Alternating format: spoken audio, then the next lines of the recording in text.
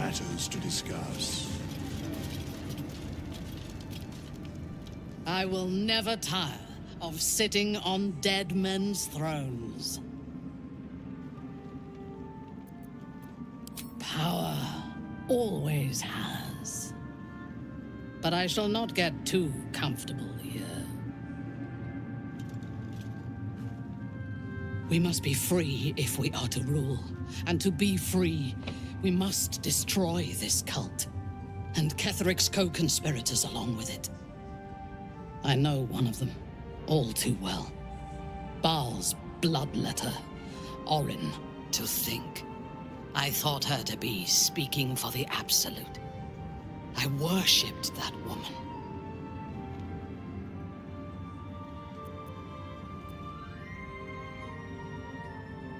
You make it sound so simple. She is the chosen of Baal, Lord of Murder, and one of the cult's founders. Indeed, she is the one who indoctrinated me with the Absolute's lies.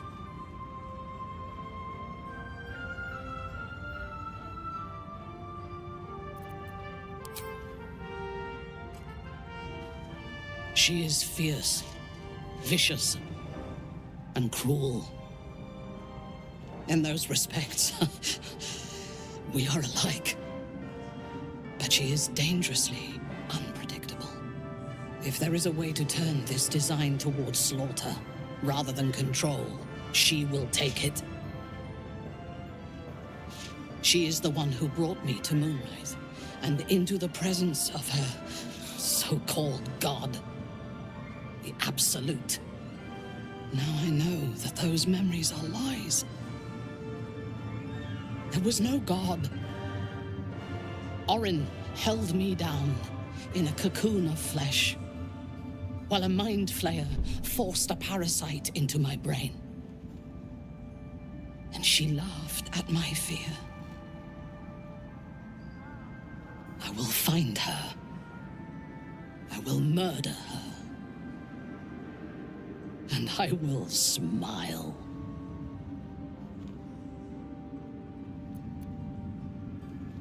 It is as if you read my mind. Perhaps you did. In killing Ketheric, we fractured the cult's leadership. When we break the other chosen and claim their netherstones, we can take control.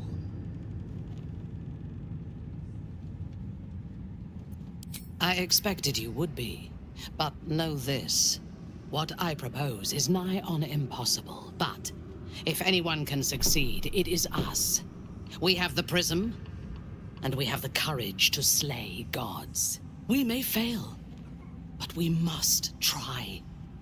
The power of the enslaved Elder Brain could reshape the world.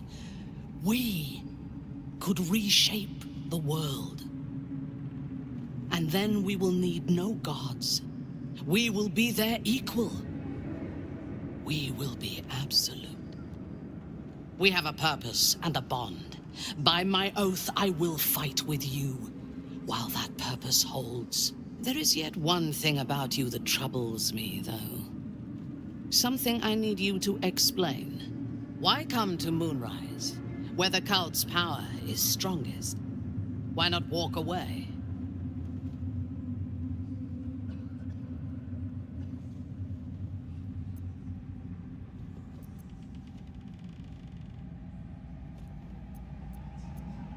True, but do not lose yourself to despair and fatalism.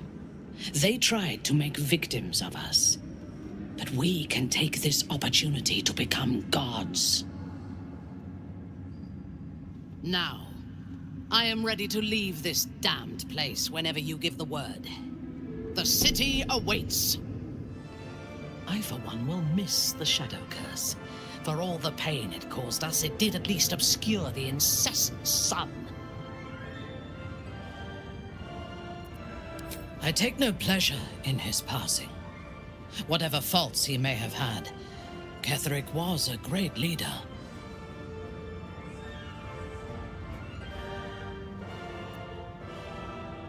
Of course. He ruled Moonrise for centuries, That in itself deserves respect. I believe he was an honorable man, but the gods used him as their plaything. First, Shah and her sister, then the three behind the Absolute. I sympathize.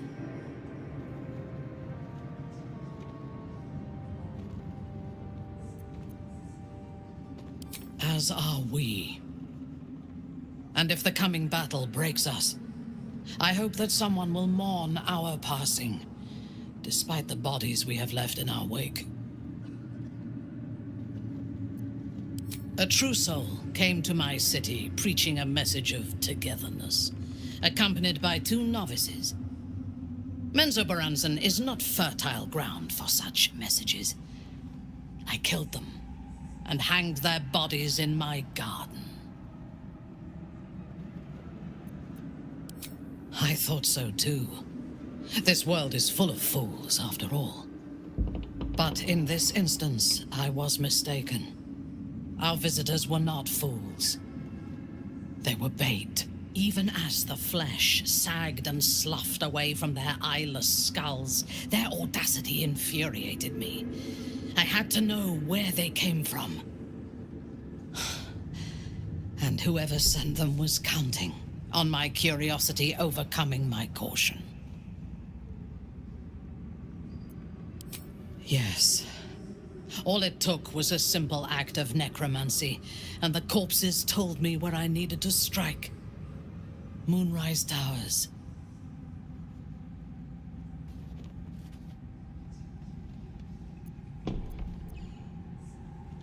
No. I was prepared for combat, but I intended to strike subtly.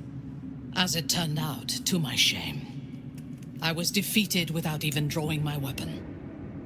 I came to Moonrise with a retinue of warriors and assassins, the best House Bainray had to offer. I expected a battle, but found a fully laden feast table and a welcome befitting a house matron.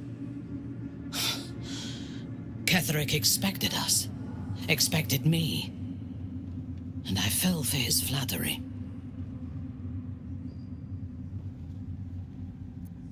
I recognize my flaws. Pride is certainly among them. Ketheric proposed an alliance between Moonrise and Menzoberranzan. I admit I was captivated by him. He invited me to the head of his table as his guest of honor. I was wary, of course. If I had been in his position, the food would have been poisoned. It was not the food I should have been wary of. It was the pale woman at the foot of the table. Orrin the Red. We had barely begun to eat when she spoke for the first time. I only caught one word, my name. Then, quick as lightning, she climbed onto the table, a dagger in each hand, and skipped toward me, slicing the throats out of my men as she passed them. If it had been an option, I would have. Ketheric held me still, his hand on my shoulder, the grip tight enough to crack the bone. When Orrin stood before me, she touched the dagger to my eye, drawing out a tear of blood. "I want this one," she said. Ketheric nodded his permission, and I was taken below. You've seen the horrors of the colony. Orrin kept me there for days. She forced me to watch as my men were processed. Some for food, others as thralls. And then she placed the tadpole in my eye herself.